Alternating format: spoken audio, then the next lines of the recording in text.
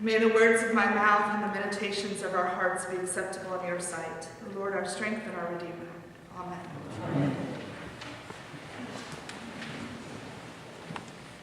Aren't election years fun?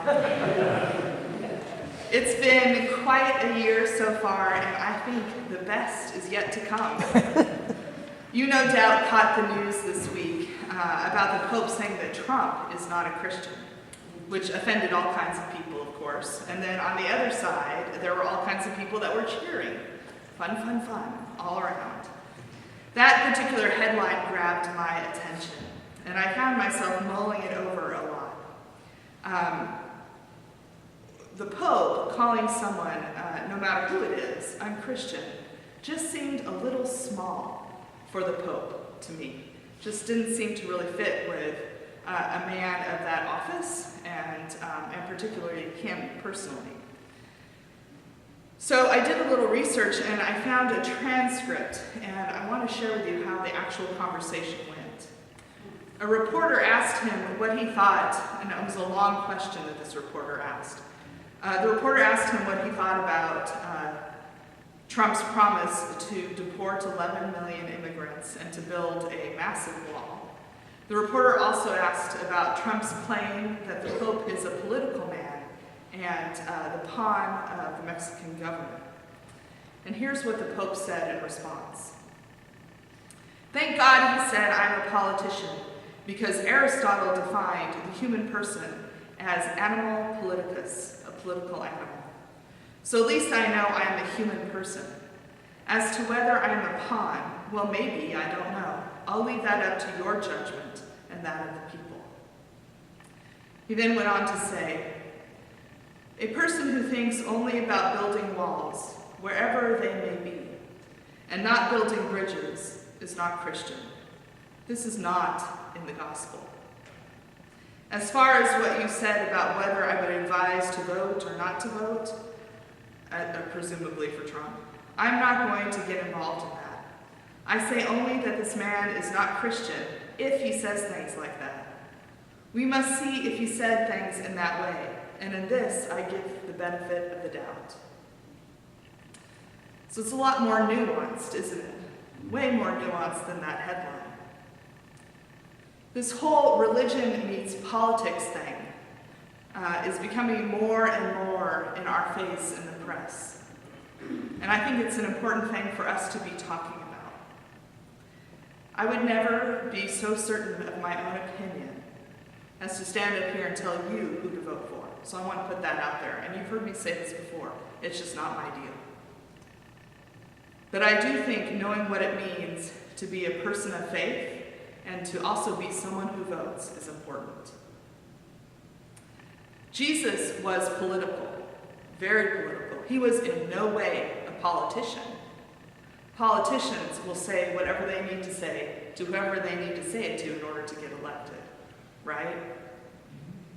Jesus was political. His whole ministry was political. His whole ministry was bumping up against the Roman Empire, the occupiers who, on the surface, tolerated Jewish laws and customs, but really made it nearly impossible to retain the integrity of what it meant to be Jewish.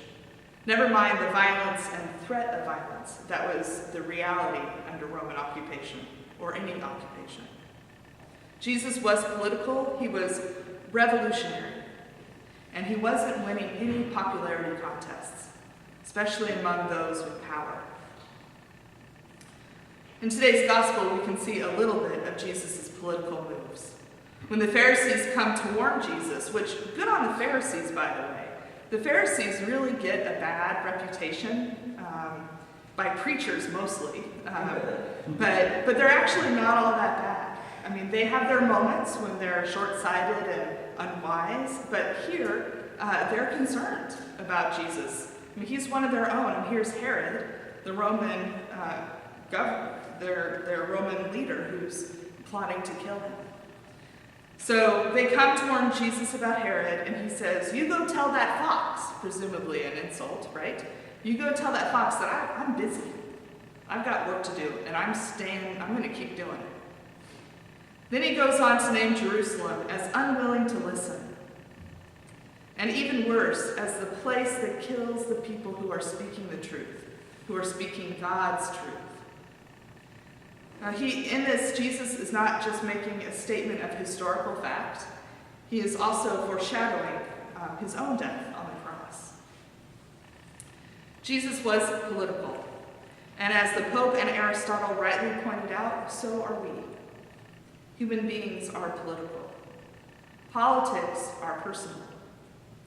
Our faith is personal. It gets all mixed up, doesn't it?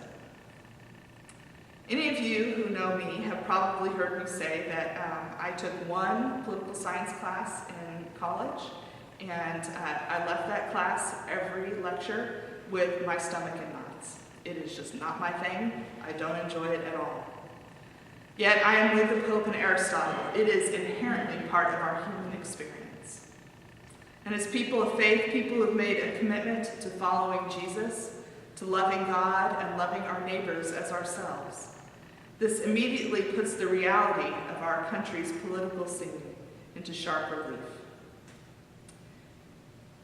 Here's the thing that I think is important for us to hold on to, especially as we get closer to the primaries and the general election in November. And that is what it means to you to be a Christian. What does being a Christian mean to you? What does following Jesus mean to you? What does loving God and loving your neighbor mean to you? Hopefully, this is not a quick answer that you can just rattle off.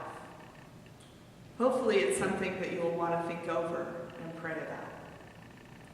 What it means to be a Christian may change for you as you grow in your faith and live more of your life. That's a good thing. But whatever it means for you, I hope you will let that be what guides your conscience when you vote. I believe the heart of today's gospel is the comment that Jesus makes about Jerusalem.